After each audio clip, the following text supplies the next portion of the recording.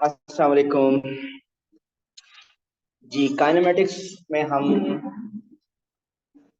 Non constant acceleration की explanation काफी हद तक हो गई थी and yesterday I think we discussed one question as well और then there was a homework as हबीब डोर प्लीज। अच्छा, तुम्हें I think 3-4 questions as a homework दिए थे, सबने अटेम्प्ट किए हैं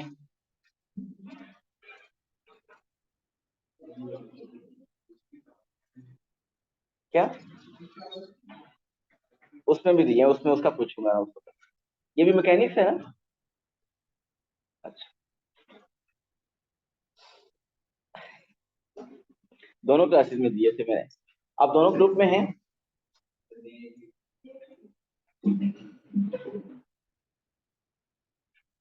किस ग्रुप में हैं आप? क्या उसकी हेडिंग है? अच्छा आप, अच्छा ठीक हो गया। लेकिन वैसे ये तो मैंने कल क्लास में बताया और हमने क्लास करने ली। बताइए, जो 4 क्वेश्चन मैंने दिए थे रिदा ने अटेम्प्ट किए? टाइम नहीं मिला, बड़े मसरूफ हैं हम, क्या करें। क्वेश्चन 8 का पार्ट 2 नहीं हुआ, चले जी क्वेश्चन 8 कर लेते हैं।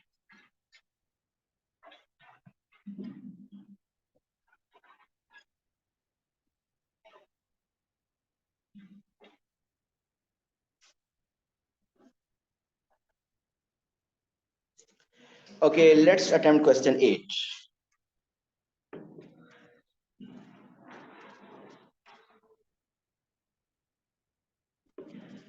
Question 8 is a particle P starts from a fixed point O at time t is equal to 0, where t is in seconds, and moves with constant acceleration. Constant acceleration. So इसका मतलब इलियास कि कहीं पे calculus जरूरत नहीं पड़ेगी, हमारा सारा क्वेश्चन इक्वेशन ऑफ मोशन से हो जाना चाहिए, क्योंकि जो पार्टिकल पी के बारे में उसने बताया है कि वो एक्सेलरेशन उसकी कांस्टेंट है। सो अगर एक्सेलरेशन कांस्टेंट है, it means equation of motion से पी के बारे में हमारा सारा क्वेश्चन होना चाहिए। Let's see, it further says the initial velocity of p is 1.5. The initial velocity mean time 0, initial velocity is 1.5 and its velocity at time is equal to 10 is 3.5. So final speed अगर हम time interval 0 to 10 रखें तो initial speed 3.5 1.5 है और final 3.5। Find the displacement of P from O when time is 10। I think part 1 में तो कोई issue नहीं है, क्योंकि उसमें तो इक्वेशंस ऑफ मोशन अप्लाई करनी है और आपको डिस्प्लेसमेंट फाइंड करना है। सो कौन सा फॉर्मूला अप्लाई होना चाहिए? 2s is equal to v। हमें फाइंड क्या करना है? डिस्प्लेसमेंट और विल नहीं, हमें लगाना चाहिए s is equal to u t। Acceleration नहीं लगी मैंने, हमें half u plus v into t लगा लेते हैं, डायरेक्ट हो जाएगा। s is equal to half u plus v into t. So s is equal to half. What is u? Initial speed 1.5, v 3.5 and time is 10. क्या answer आ रहा है? 25. So displacement of p is after 10 second, 10 second तक उसने कितना distance travel किया? 25 metre. So part 1 में constant acceleration थी, हमने इक्वेशंस ऑफ मोशन अप्लाई कर ली। नाउ पार्ट 2 जिसमें प्रॉब्लम है वो देखते हैं। Another particle q also start from o when time is equal to 0। p ने भी o से स्टार्ट किया था, इसने भी o से स्टार्ट किया, उसने भी टाइम 0 से स्टार्ट किया, इसने भी टाइम 0 से स्टार्ट किया, and moves along the same straight line as p। so दोनों का पाथ भी सेम है। the acceleration of q at time t is this। so q के लिए जो एक्सेलरेशन है इट इज 0.03 t। इस इक्वेशन से क्या पता चल रहा है? क्या एक्सेलरेशन कांस्टेंट है? एक्सेलरेशन कांस्टेंट नहीं है। आप इस जब भी इक्वेशंस आ जाती है नॉर्मली तो एक्सेलरेशन कांस्टेंट नहीं है, इसको आप चेक कर सकते हैं। टाइम 0 पे एक्सेलरेशन 0 है, इसमें टाइम 1 पुट करें एक्सेलरेशन 0.03 है, टाइम 2 पुट करें एक्सेलरेशन 0.06 है। So at every point acceleration is different, so the acceleration is not uniform. So it means कि हमें क्यू के लिए इक्वेशंस ऑफ मोशन अप्लाई नहीं कर सकते। सो क्यू के लिए we need to use calculus, differentiation, integration. But देखते हैं कि क्वेश्चन क्या है। Given that q has the same velocity as p when time is 10, क्या पता चला इससे? इससे क्या पता टाइम 10 पे क्या है velocity? 3.5. It is given that q has the same velocity as p when time is 10. So और p की वेलोसिटी टाइम 10 पे 3.5 थी। इसका मतलब q की वेलोसिटी भी टाइम 10 पे, ये इंफॉर्मेशन हम अपने पास नोट कर लेते हैं, टाइम 10 पे वेलोसिटी 3.5। देखिए जो भी इंफॉर्मेशन देगा वो कहीं ना कहीं यूज हो। Show that it also has the same displacement from O as P when t is 10. हमें ये प्रूव करना है कि इसकी डिस्प्लेसमेंट P टाइम 10 पे वही है जो P की डिस्प्लेसमेंट है। P की डिस्प्लेसमेंट कितनी आई थी पार्ट 1 में? 25। सो इसकी भी डिस्प्लेसमेंट 25 आनी चाहिए। So let's find the displacement. Answer में पता है क्या आना चाहिए? It should be 25। How to find displacement when acceleration is given? Acceleration को इंटीग्रेट करेंगे, वी विल गेट वेलोसिटी। फिर वेलोसिटी को इंटीग्रेट करेंगे, वी विल गेट डिस्प्लेसमेंट।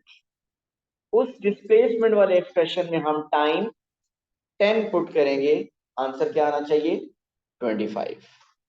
ऐसे ही है। एक्सेलरेशन से डिस्प्लेसमेंट कैसे फाइंड करते हैं? एक्सेलरेशन से डिस्प्लेसमेंट 2 टाइम्स इंटीग्रेट करना होगा। So let's do that. चलें इंटीग्रेट करते हैं, मैं यहां लिखता हूं acceleration is 0.03 t. Integrate both sides with respect to what variable? T, mean dt. What's the integration of acceleration? Ibrahim, acceleration को इंटीग्रेट करें क्या मिलता है हमें? Velocity. Okay, 0.03 t की इंटीग्रेशन इज 0.03, पावर में 1 ऐड और उसी से डिवाइड। सो पावर 1 है उसमें 1 ऐड करें तो t स्क्वायर ओवर 2। इंटीग्रेशन में इंपॉर्टेंट बात प्लस c। सो आपके पास वेलोसिटी का एक्सप्रेशन है 0.03 over 2 is 0.015।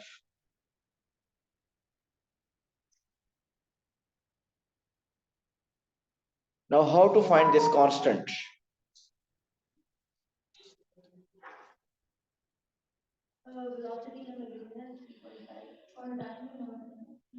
जी अगर आपने इस इक्वेशन में से आपको कांस्टेंट फाइंड करें तो किसी एक टाइम के अगेंस्ट हमें वेलोसिटी पता होनी चाहिए पार्टिकल क्यू की, और उसने हिंट दिया हुआ था इसीलिए हमने वो नोट कर लिया था कि टाइम 3.5 पे वेलोसिटी इज, सॉरी टाइम 10 पे velocity is 3.5। So we will use this information to find the constant c।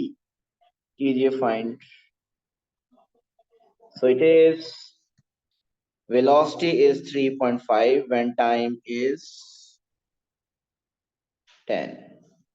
Calculation कीजिए, बताइए what is c? 2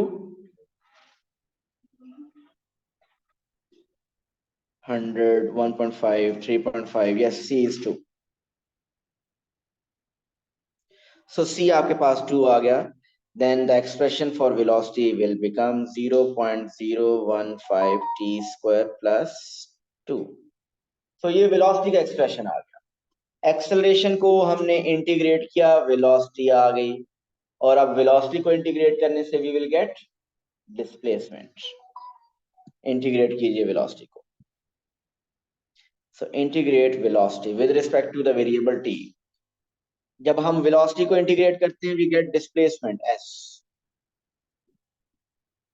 Maryam, what's the integration of 0.015 t square? yes, 0.015 t cube over 3। Ibrahim, what's the integration of 2?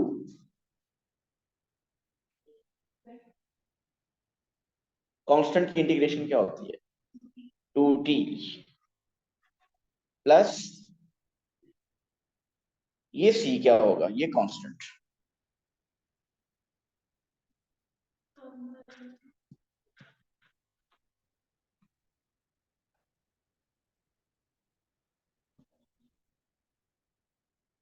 So s is equal to ये 0.015 divide by 3 check करें क्या होता है? 0.005 0.005 t cube plus 2t plus c1। जी बताइए ये constant कैसे find करें? ये कांस्टेंट फाइंड करने के लिए किसी एक स्पेसिफिक टाइम के अगेंस्ट हमें डिस्प्लेसमेंट पता होना चाहिए। बताइए किसी टाइम के अगेंस्ट डिस्प्लेसमेंट पता है आपको? ये तो फाइंड करना, ये प्रूव करना है, ये गिवन नहीं है। आप वो कह रहे हैं कि क्वेश्चन में गिवन है कि it has same displacement as P at time 10। ये गिवन नहीं है, ये शो करना है, ये तो शो करना है। और जो प्रूव करें वही, जो जो प्रूव करें वही यूज तो नहीं कर सकते ना। जी क्या पुट करूं, ये भी तो बताओ यार।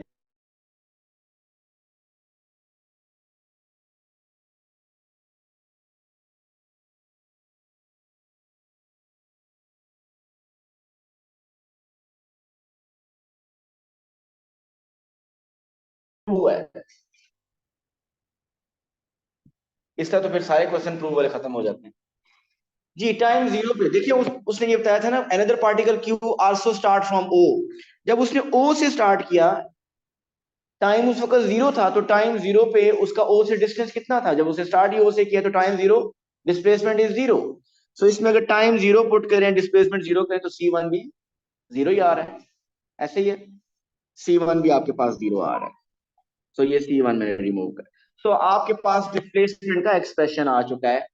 अब हमने क्या करना था? प्रूव ये करना था कि at time 25, sorry at time 10 दोनों पार्टिकल्स का डिस्प्लेसमेंट सेम है। उसका डिस्प्लेसमेंट 25 आया है, इसका भी डिस्प्लेसमेंट 25 आना चाहिए।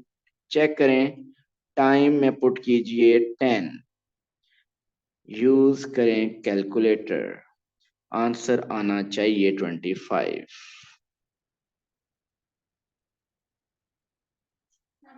25 आ रहा है। So displacement is 25 metre, hence proof. So prove that both particles have the same displacement when time is 10. So ये था क्वेश्चन 8।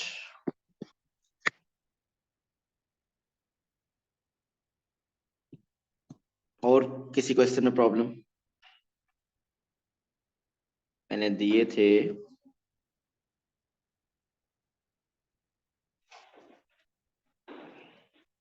10 भी दिया था मैंने, हुआ? जी सर। क्या बात है, हादी की हादी कर चुका है। चलिए सर जी या क्वेश्चन 10 कर। अच्छा ओके जी, क्वेश्चन 10 जरा देखिए। 5 + 4 9 मार्क्स, 2 ग्रेड्स। अब वो तो 4 या 5 मार्क्स पे मैकेनिक्स में ग्रेड चेंज होता है, पता है ये बात? हो सकता है 42 पे ए हो, और ऐसा पॉसिबल है कि 38 पे बी हो, और फिर 4 या 5 मार्क्स कम होने से सी हो सकता है। नॉर्मली ऑन एवरेज मैकेनिक्स में 42 पे ए होता है, 37 पे बी होता है, 32 पे सी होता है। अगर किसी के 31 है, उसका ग्रेड क्या होगा? डी। 31 कितने परसेंट बनते हैं आउट ऑफ 100? 31 आउट ऑफ 50 कितने परसेंट बनते हैं? 62%। 62% लेने के बाद डी ग्रेड आ सकता है। सो ग्रेड का मार्जिन बहुत छोटा है यहाँ पे मैकेनिक्स में। हाँ कवर हो जाएगा। और फिर नॉर्मली पेपर 1 देने के बाद आप सोचते होते हैं मैकेनिक्स में कवर करेंगे। अच्छा जी, लेकिन आप ये भी तो देखें कि ये 9 मार्क्स लूज हो गए तो ग्रेड ए से सी पे चला जाता है, लेकिन आ गए तो सी से ए पे भी जा सकते हैं। सो एक क्वेश्चन भी अगर आपका 7 क्वेश्चन नॉर्मली मैकेनिक्स में होते हैं, एक क्वेश्चन अगर कंप्लीट आपको वहां पे समझ नहीं आया तो इसका मतलब आप बिल्कुल 50 में से आपके अगर वो निकल गया तो ए के चांसेस बहुत कम हो जाते हैं। सो जो लोग प्रैक्टिस नहीं कर रहे, सो डेज 71 डेज रह गए पीछे, सो प्लीज करें, शुरू करें। Question 10, a particle travels in a straight line from a point P to a point Q. P से Q तक एक पार्टिकल मूव कर रहा है। Its velocity t seconds after leaving P is v is equal to 4t minus 1 by 16 t cube. ये velocity का expression given है, सो calculus इसमें इन्वॉल्व होगी इसमें, और डिस्टेंस दे दिया उसने 64 मीटर, मीन P से Q तक distance is 64 metre. Find the time taken for the particle to travel from P to Q. कैसे फाइंड करें टाइम P से Q तक? परफेक्ट, बिल्कुल। वेलोसिटी को इंटीग्रेट करने से क्या मिलता है? डिस्प्लेसमेंट। अगर हम वेलोसिटी को इंटीग्रेट करें और डिस्प्लेसमेंट हमें मिल जाए, और हम उस डिस्प्लेसमेंट में s की जगह 64 लिख देंगे और वहां से टाइम आ जाएगा। करते हैं, इंटीग्रेट कीजिए जरा वेलोसिटी को।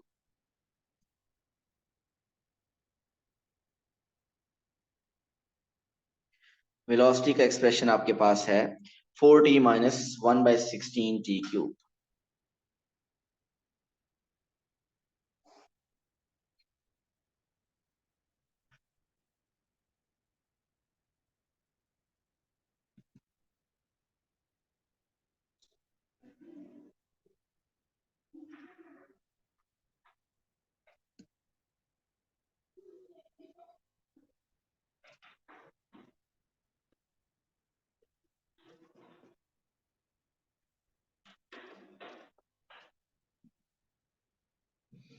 ओके जी, वेलोसिटी को इंटीग्रेट करते हैं बोथ साइड्स को with respect to t।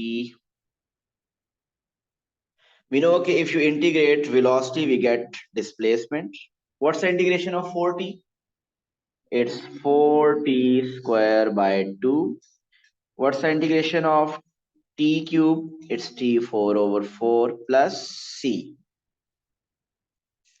So your expression for s is 4t square over 2 is 2t square minus 1 over 64 t4। c क्या आएगा इसमें? ये अगेन डिस्प्लेसमेंट वाला आ गया है, टाइम 0 पे डिस्प्लेसमेंट विल बी 0, तो c आपका चेक कर लिया करें कि c 0 आ रहा है या नहीं हर दफा, सो c इज 0। सो आपके पास c 0 आ रहा है, ये एक्सप्रेशन आ गया डिस्प्लेसमेंट का। अब उसने क्वेश्चन में कहा था कि डिस्प्लेसमेंट इज 64, मीन ए से लेकर बी तक जो डिस्प्लेसमेंट थी वो 64 थी। आपको टाइम फाइंड करना है एट बी, तो डिस्प्लेसमेंट में लिख दीजिए 64 और अपनी P1 यूज कीजिए, इक्वेशन को सॉल्व करना है।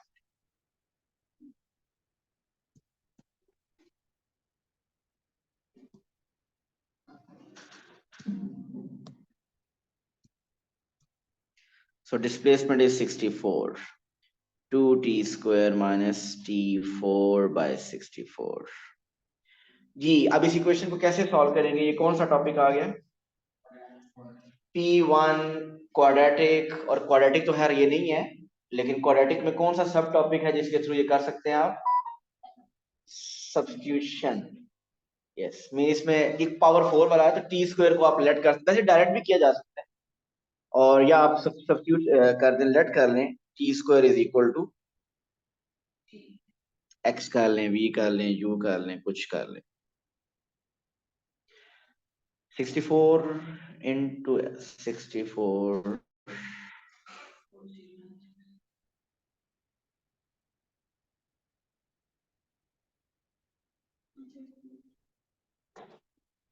4096।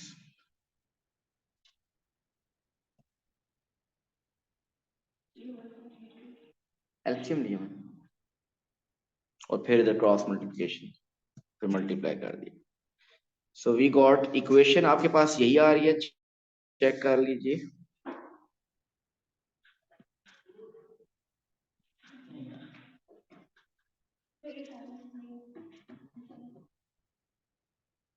कुछ मसला, यही है इक्वेशन आपके पास।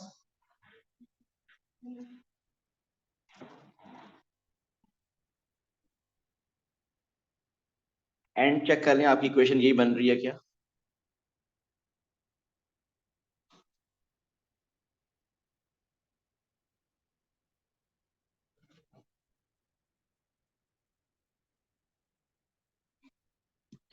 ओके अब ये क्वाड्रेटिक इक्वेशन नहीं है, this is a quadratic equation. हमने P1 क्वाड्रेटिक्स टॉपिक में किया था कि अगर इक्वेशन क्वाड्रेटिक ना हो तो हम सब्स्टिट्यूशन करके उसको क्वाड्रेटिक बना सकते हैं। इसमें what should be the substitution, क्या सब्स्टिट्यूशन करनी चाहिए, let T square is equal to X. अगर T square is X then T four is x square. So we will get x square minus 128x plus 4096 is equal to 0.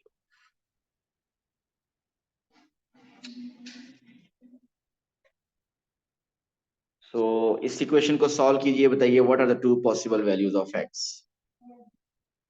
Both are same, so x दोनों 64 ही हैं, so x is 64।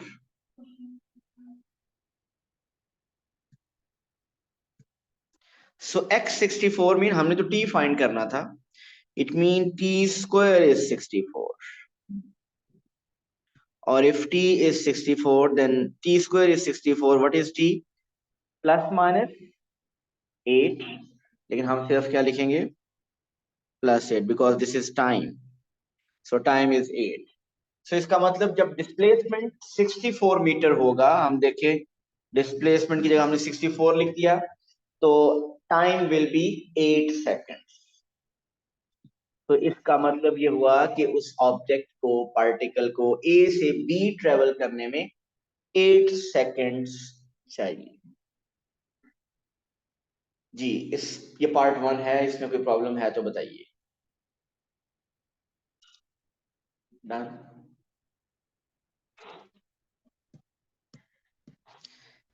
इसका कुछ second part भी था, वो देखते हैं।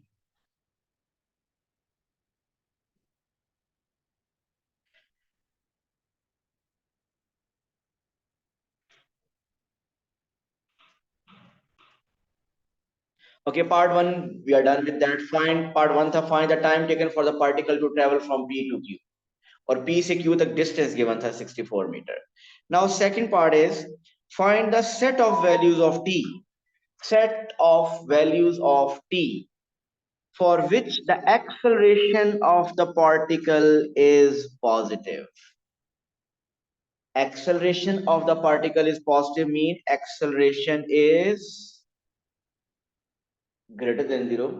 Acceleration is positive का मीनिंग यही बनता है ना कि acceleration is greater than 0. So आपके पास क्या acceleration का एक्सप्रेशन है, नहीं है। हम acceleration का एक्सप्रेशन फाइंड कर सकते हैं ना, आप वेलोसिटी को डिफरेंशिएट करेंगे, वेलोसिटी को डिफरेंशिएट करेंगे तो वेलोसिटी को डिफरेंशिएट करने से एक्सेलरेशन का एक्सप्रेशन आ जाएगा, वो आप एक्सेलरेशन का एक्सप्रेशन इसमें पुट करेंगे और एक इनइक्वालिटी होगी, उस इनइक्वालिटी को सॉल्व करेंगे। जी मैं रिपीट करता हूं, क्वेश्चन ये था find the set of values of t for which acceleration is positive. So information given क्या है कि acceleration is positive, so acceleration positive mean a is greater than 0। So अब हम क्या करेंगे, वेलोसिटी का एक्सप्रेशन है हमारे पास 4t minus 1 over 16t cube,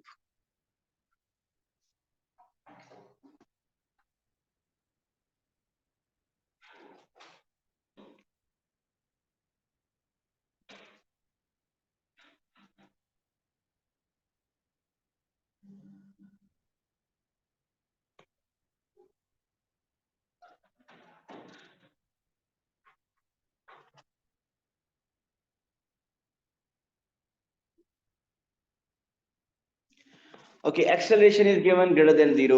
हमें वेलोसिटी का एक्सप्रेशन है, हम वेलोसिटी के एक्सप्रेशन को डिफरेंशिएट करेंगे। So let's differentiate both side with respect to T.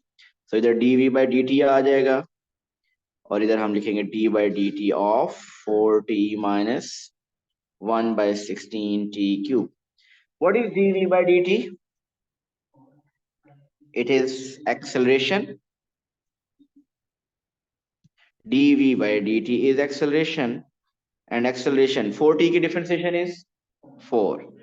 What's the differentiation of minus 1 over 16t cube?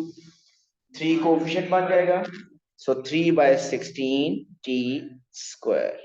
So ये acceleration का expression आ गया, right? यहां से आगे कैसे करें? उसने क्वेश्चन में बताया हुआ है कि acceleration is positive, so acceleration is greater than 0 आप लिख दें। सो क्वेश्चन में गिवन है कि एक्सेलरेशन इज पॉजिटिव, सो मैं अब एक्सेलरेशन की जगह लिख रहा हूं 4 minus 3 by 16 t square is greater than 0। ये कौन सा टॉपिक अब स्टार्ट हो गया यहां से आगे? Quadratic inequalities. सो P1 बार बार यूज हो रही है, क्वाड्रेटिक खासतौर पे यहाँ यूज हो रहा है। तो क्वाड्रेटिक इनइक्वालिटीज है, इसको सॉल्व करना है। सो इसको कैसे सॉल्व करें? सॉरी, चलें एलसीएम ले लेते हैं। 16 4 the 64 minus 3t square is greater than 0. So 64 minus 3t square is greater than 0. ये t स्क्वायर के साथ नेगेटिव बिल्कुल भी अच्छा नहीं लगता। पूरी इक्वेशन इनइक्वालिटी को अगर माइनस से मल्टीप्लाई करें तो क्या होगा? पॉजिटिव 3t स्क्वायर, नेगेटिव 64 और इनइक्वालिटी का sign will be less than 0। So अब आपने 3t square minus 64 is less than 0 को सॉल्व करना है। सॉल्व कीजिए जरा।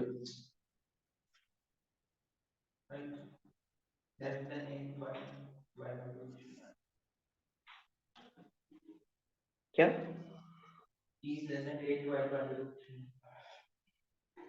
सही हो गया? P1 दोबारा करनी पड़ेगी, कुछ ऐसे ही है वैसे तो, लेकिन सही। आपने सॉल्व कैसे किया? आपने क्वाड्रेटिक इनइक्वालिटीज वाले जो रूल्स हैं वो अप्लाई किए? ओके, चलें जी, यहां तक इसको मैं रेज कर दूं।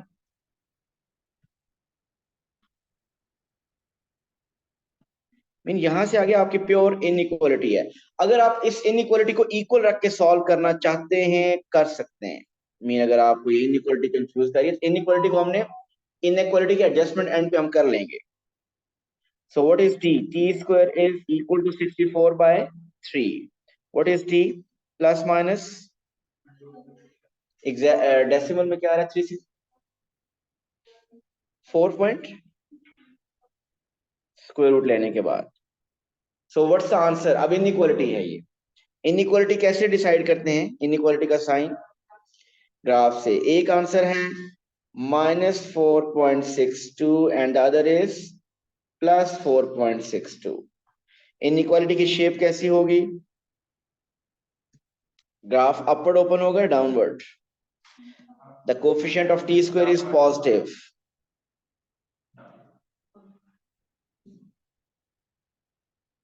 शेडिंग कहाँ पे होगी? वैसे तो मेंटली इतनी प्रैक्टिस हो जानी चाहिए कि आप ग्राफ की जरूरत नहीं पड़नी चाहिए, लेकिन चलें बताइए शेडिंग कहाँ पे होगी? बिलो द एक्स एक्सिस या above the X axis? Below the X axis. ये देखिए ना, 3t square minus 64 is less than 0। अगर आपके पास ग्रेटर देन 0 है, सुन ले, अगर आपके पास ग्रेटर देन 0 है तो आपका इसमें t स्क्वायर भी नेगेटिव है, तो फिर कर्व भी आपकी उल्टी बननी चाहिए। आपकी फिर कर्व आपकी उल्टी बननी चाहिए। मैंने जिसके मुताबिक, मैंने तो पॉजिटिव किया है, इसके मुताबिक curve. So less than 0 mean below the X axis. So यहाँ पे शेडिंग होगी। बताइए इस शेडिंग को देख के what's the answer?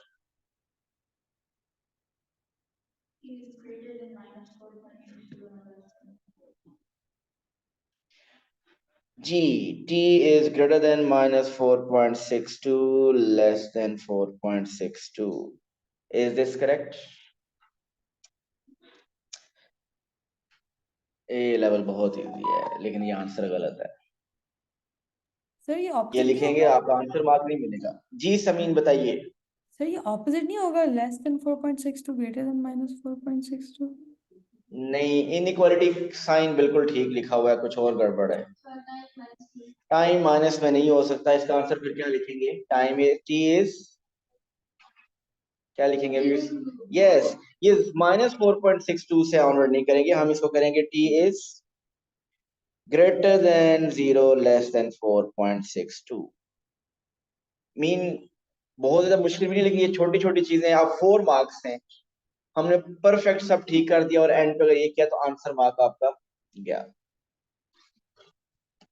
Got it?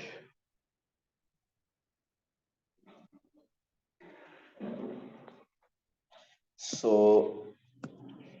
ये था क्वेश्चन 8 10 14 हम कर चुके हैं, 14 तो नहीं किया ना अभी, 14 अटेम्प्ट करते हैं।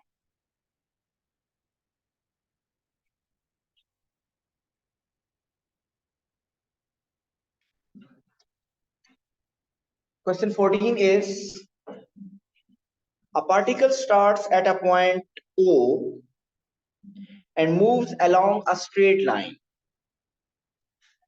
Its velocity t second after leaving O is this. So velocity का expression given है 1.2 t minus 0.12 t square. Find the displacement of the particle from O when its acceleration is 0.6.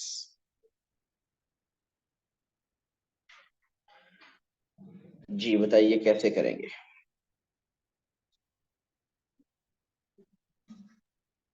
Sir पहले इसको integrate कर, नहीं, differentiate करेंगे sir, फिर उसमें 0.6 acceleration डालेंगे, फिर उसको सर वी वाली क्या कहते हैं इसको, इक्वेशन को फिर से इंटीग्रेट करके डिस्प्लेसमेंट में डाल देंगे टाइम। ये बिल्कुल, हमें डिस्प्लेसमेंट अगर फाइंड करें तो डिस्प्लेसमेंट का एक्सप्रेशन तो होना ही चाहिए। और डिस्प्लेसमेंट का एक्सप्रेशन कैसे आएगा? वेलोसिटी को इंटीग्रेट करके। सपोज करें कि ये डिस्प्लेसमेंट का एक्सप्रेशन हमारे पास आ गया। अब आपको डिस्प्लेसमेंट फाइंड करना है, डिस्प्लेसमेंट होगा इन टर्म्स ऑफ टी। उसमें टाइम क्या पुट करेंगे हम? टाइम, सर हम इसको, यस, हमने टाइम की जो हिंट दिया हुआ है वो उसने दिया हुआ है कि आप डिस्प्लेसमेंट फाइंड करें जब एक्सेलरेशन 0.6 हो। इसका मतलब वेलोसिटी को डिफरेंशिएट करके आप एक्सेलरेशन भी फाइंड करेंगे, और उस एक्सेलरेशन में हम क्या लिख देंगे? 0.6, और उस इक्वेशन में से टी आ जाएगा, टाइम। सो इसका मतलब वेलोसिटी का एक्सप्रेशन गिवन है, डिस्प्लेसमेंट भी फाइंड करना है, डिस्प्लेसमेंट का एक्सप्रेशन भी फाइंड करना है, और एक्सेलरेशन का एक्सप्रेशन भी फाइंड करना है। जी कीजिए जरा। फाइंड करना है एस जब एक्सेलरेशन है 0.6। तो वेलोसिटी को डिफरेंशिएट करेंगे तो एक्सेलरेशन आ जाएगी, वेलोसिटी को इंटीग्रेट करेंगे तो डिस्प्लेसमेंट आ जाएगा।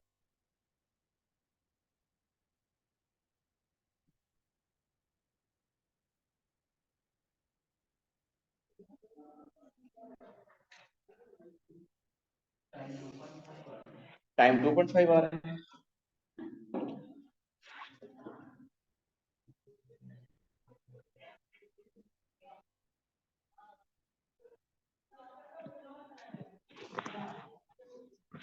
सो वेलोसिटी को जब आपने डिफरेंशिएट किया dv by dt,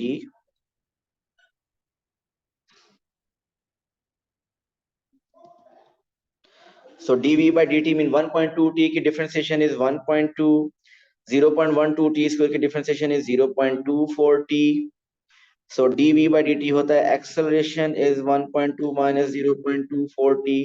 सो ये एक्सेलरेशन का एक्सप्रेशन आ गया, और इस एक्सेलरेशन के एक्सप्रेशन में हम पुट करेंगे 0.6।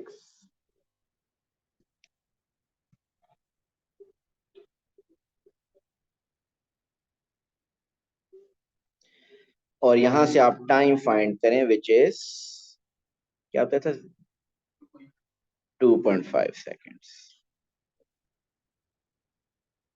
सो टाइम आ गया 2.5 सेकेंड्स।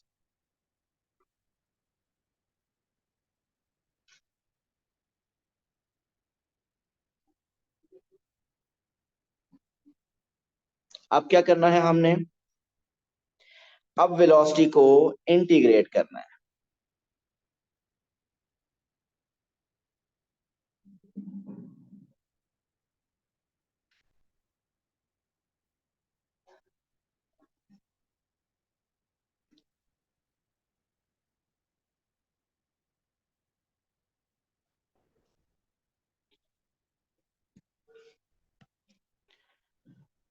वेलोसिटी को इंटीग्रेट करना है और उसमें एक सी आएगा, सी भी फाइंड करेंगे। वेलोसिटी को इंटीग्रेट करेंगे, डिस्प्लेसमेंट आएगा, टाइम जीरो पे डिस्प्लेसमेंट जीरो है। अगर आप सी से को अवॉइड करना चाह रहे हैं तो आप सी को अवॉइड कैसे किया जा सकता है? वेलोसिटी से अगर डिस्प्लेसमेंट की तरफ जाएं, अगर आप लोगों को एक इंटीग्रेशन याद है तो इंटीग्रेशन में डेफिनेट इंटीग्रल जब आते थे उसमें सी नहीं लिखते। डेफिनेट इंटीग्रल मीन जिसमें लिमिट्स आ जाती थी उसमें सी नहीं लिखते थे। तो अगर आप चाहते हैं कि सी फाइंड ना ही करना पड़े, वैसे तो डिस्प्लेसमेंट वाले में सी फाइंड करना ज्यादा मुश्किल नहीं होता, तो आप इसको जब इंटीग्रेट करें तो आप लिमिट्स लगा लें 0 से 2.5, ऐसे भी कर सकते हैं। उससे ये होगा कि सी आएगा ही नहीं, upper limit minus lower limit आप कर लेंगे। और अदरवाइज इस बात तो सेम ही है, सब आप इंटीग्रेट कर लेते हैं, सी भी फाइंड कर लेंगे। इंटीग्रेट करें विद रिस्पेक्ट टू टी इसको, अगर वेलोसिटी को इंटीग्रेट करें with respect to t we get displacement, so it is 1.2 t square by 2 minus 0.12 t cube by 3 plus c। अगर किसी क्वेश्चन में स्पेशली ऐसे मेंशन कर दे कि टाइम जीरो पे वो ऑलरेडी 0.0 से 3 मीटर अवे था, तो इसका मतलब उसमें टाइम जीरो पे डिस्प्लेसमेंट जीरो नहीं है, अदरवाइज टाइम जीरो पे displacement zero.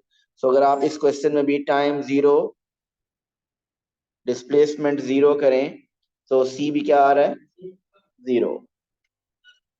C is also zero. So S is equal to 1.2 over 2 होता है 0.6 t square, 0.12 over 3 is 0.04 t cube। इसमें टाइम क्या पुट करना है, ऑलरेडी हम फाइंड कर चुके हैं 2.5।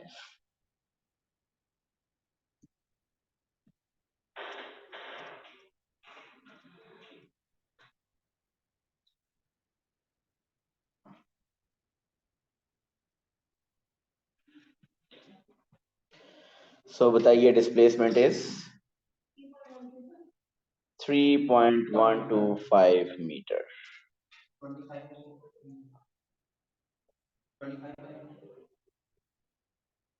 3.125 एग्जैक्ट आ रहा है, तो आप इसको एग्जैक्ट, क्योंकि डिस्टेंस है ना, डिस्टेंस जब बताया जाता है तो ऐसे तो 3 मीटर 4 मीटर, सो 3/5 मीटर नहीं होता, तो बेहतर है कि आप एग्जैक्ट आंसर अगर डेसिमल में आ रहा है तो वही आप बता दें। जी क्लियर। सो प्लीज जो वर्कशीट के क्वेश्चन मैंने पहले दिए हैं पहले उनको अटेम्प्ट करें, और फर्दर मैं बताऊंगा ग्रुप में, वो भी आप अटेम्प्ट कीजिए। जो लोग इस ग्रुप में नहीं है मुझे प्लीज मैसेज कर दीजिएगा। Thank you, Allah Hafiz.